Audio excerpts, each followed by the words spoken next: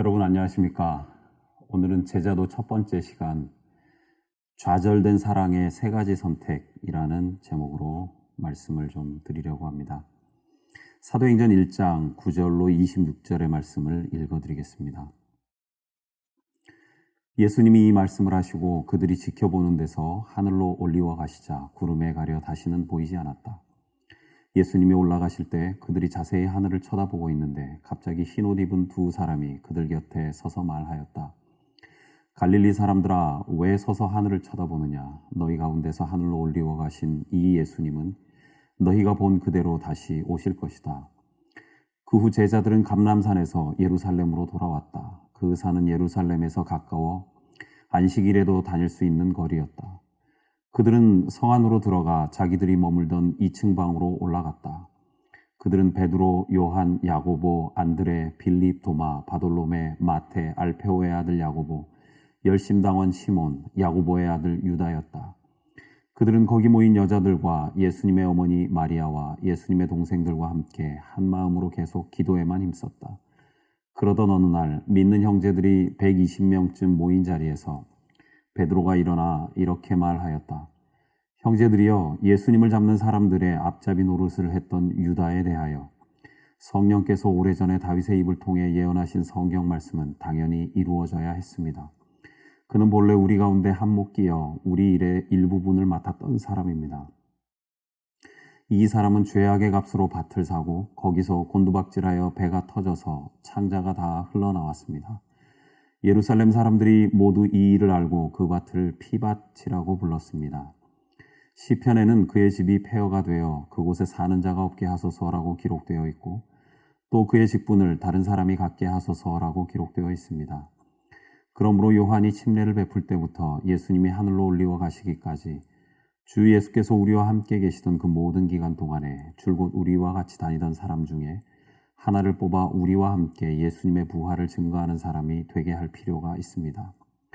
그러자 그들이 두 사람을 추천했는데 하나는 바사바 또는 유스도라고도 하는 요셉이었고 다른 하나는 마띠아였다. 그러고서 그들은 이렇게 기도하였다. 모든 사람의 마음을 아시는 주님, 이 두 사람 중에 주님이 택하신 사람이 누군지 보여주셔서 유다 대신 봉사와 사도의 직분을 맡게 하소서. 그는 이것을 버리고 제 갈 곳으로 갔습니다. 그런 다음 제비를 뽑자 마띠아가 당첨되었다. 그래서 그는 11사도와 함께 사도가 되었다. 그 모든 것은 어찌 보면 사랑 때문에 일어난 일이었습니다. 대제사장을 비롯한 유대의 종교 지도자들이 예수님을 십자가에 못 박은 이유도 그랬을 겁니다. 그 모든 것이 하나님을 사랑하기 때문에 벌어진 일이라고 말입니다. 그들에게는 하나님을 사랑하고 민족을 사랑하는 일이 예수님을 십자가에 못 박는 것이었습니다. 사랑은 이렇게 쉽게 증오로 변질됩니다. 하지만 그것은 사실 욕심에서 비롯된 것이었습니다. 그때의 종교 지도자들이 그랬던 것처럼 오늘날의 교회도 사랑을 많이 말합니다. 그러나 그 사랑이 상대를 소유하거나 지배하려는 욕심에서 나온 것인지 아니면 참으로 섬기려는 사랑이었는지는 그 끝을 보지 않고서는 말하기 참으로 어렵습니다. 사랑은 사랑한다고 말하는 그 순간에는 그 본질을 알아차리기가 매우 어려운 것 같아요. 끝까지 가보아야 비로소 알 수 있는 것이 사랑인 것 같습니다. 자기를 모욕하고 고문을 하고 십자가에 못 박은 사람들에게 예수님이 그랬어요. 아버지, 저 사람들을 용서해 주십시오. 저들은 자기들이 하는 일을 모르고 있습니다. 여러분 같으면 이런 상황에서 어떻게 하시겠어요? 저 같으면 아마 저주를 쏟아낼 것 같습니다.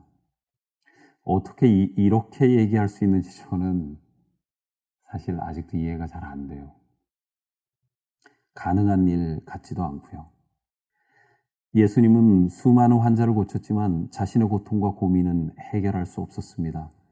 그래서 그의 부르짖음은 나의 하나님, 왜 나를 버리셨습니까? 였습니다. 그렇게 극도로 고통스러운 순간에 한 강도가 자기를 기억해 달라고 했어요. 근데 여러분, 이 상황이 좀 어때요? 아무리 예수님이 숭고한 삶을 살고 정말 그 숭고한 삶의 그 가장 마지막 일을 하고 있는 그 마지막 사건이 일어나고 있는 그 순간 아닙니까? 그랬긴 하지만 그 순간은 예수님에겐 너무 힘든 순간이었습니다. 저 같으면 만사가 귀찮다고 했을 것 같아요. 너무 고통스러워서 말입니다. 그런데요, 내가 분명히 말하지만 오늘 내가 나와 함께 낙원에 있게 될 것이다. 분명히 말했다는 거죠. 예수님이 자기 고통 때문에 너무 힘겨운 그 상황에서 분명히 말하고 싶었던 메시지가 있었다는 겁니다. 그 순간 내가 고통에서 헤어나오는 것보다 더 중요한 일이 있다는 겁니다. 그것은 자신의 구원이 아니고 남의 구원이었습니다. 놀라운 사랑이죠. 아니, 사랑의 놀라운 면일 겁니다. 어쩌면 오히려 인간적인 사랑을 한 사람은 유다였는지도 모릅니다. 시대의 소망이란 책에 보면 유다는 선생님, 저는 선생님이 어디로 가시든지 따라가겠습니다 라고 말하며 나타났다고 합니다. 교회에서 가장 주목받는 제자는 이런 유형의 사람이겠죠. 전도회를 열기도 전에 자발적으로 교회를 찾아와서 예수의 제자가 되겠다고 하는 사람 말입니다. 그런데요, 예수님의 반응이 뭔가 좀 석연치가 않아요.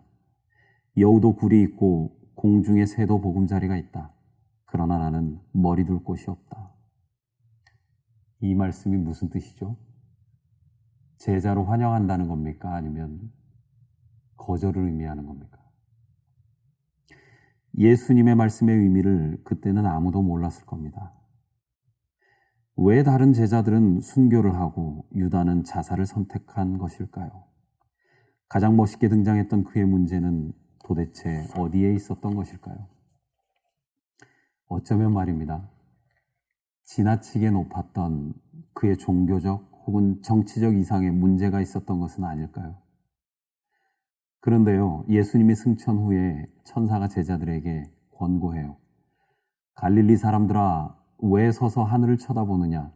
너희 가운데서 하늘로 올리워 가신 이 예수님은 너희가 본 그대로 다시 오실 것이다. 이상한 말 아닙니까? 제가 천사라면 그랬을 것 같아요. 야, 너희들 진짜 이 땅에서 실망 많이 했지? 뭐 그렇게 사느라고 열심히 살고 선교도 열심히 하고 가족도 내팽개치고 정말 예수님만 따라다니면서 열심히 살았는데 결국 너희 스승이 죽었잖아. 이 땅엔 이제 바랄 게 없지? 그러니까 천국만 바라보고 살아. 그럴 것 같아요. 그런데요, 천사들이 그래요. 야, 너희들 왜 하늘만 보고 있냐? 우리가 이 땅에서 수없이 당하는 실망과 좌절들이 어쩌면 너무 높은 이상의 문제는 아니었을까를 가끔 되짚어보게 됩니다.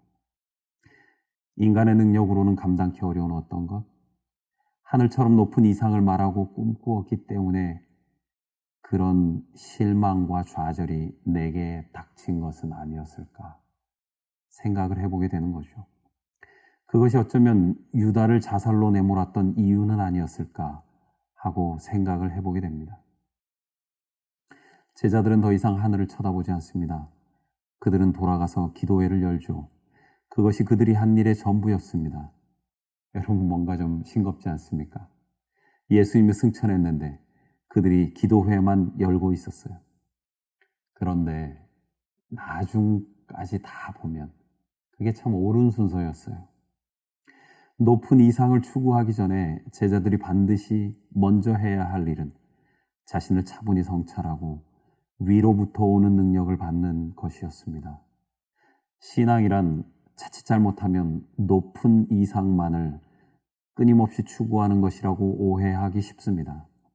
그런데요, 천사들이 알려준 신앙의 길은 하늘 이제 그만 바라보고 땅에서 다시 시작하라는 것이었습니다.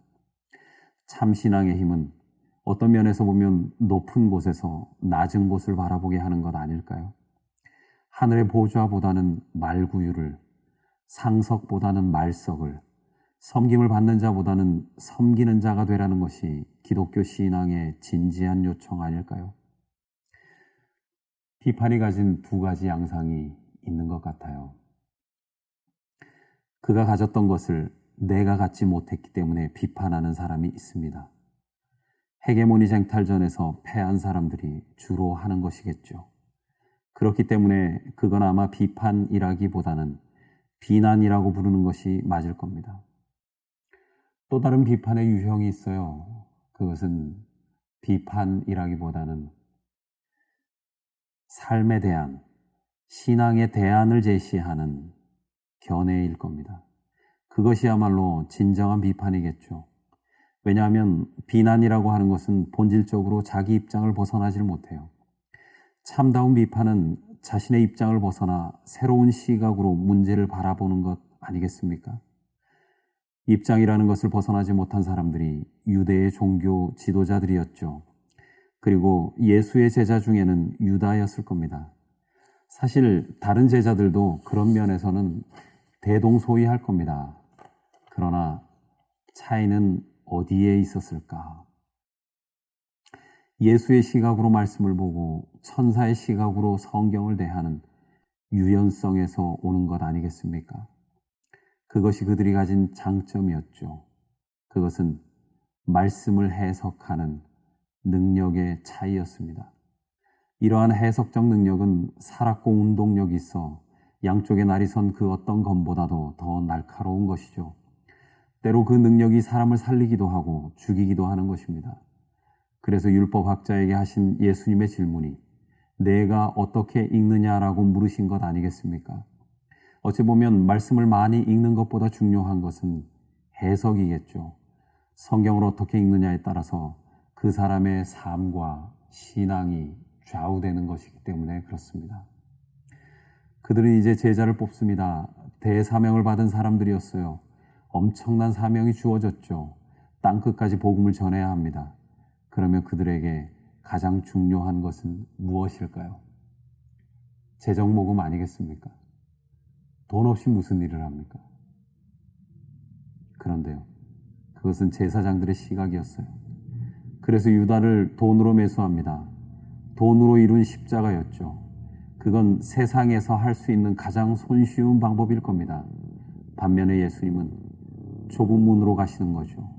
예수님이 걸어간 십자가의 길은 전적으로 사람이 중심이 된 십자가였습니다. 이게 참으로 어려운 길이에요. 잃어버린 한 마리 양, 두 렙돈 들인 과부, 사마리아 우물가의 한 여인, 거라사의 광인 둘, 셀 수 없이 많은 이적들이 수수료나 리베이트가 없이 이루어졌습니다. 그렇기 때문에 우리는 십자가라는 형틀에서 나무를 보아야 하는 것이 아니라 사람을 보아야 하는 것이죠. 한 사람의 소중함을 보아야 하는 것입니다. 그래서 베드로는 기도회 후에 이렇게 요청합니다. 우리와 함께 예수님의 부활을 증거하는 사람을 선출하자고요.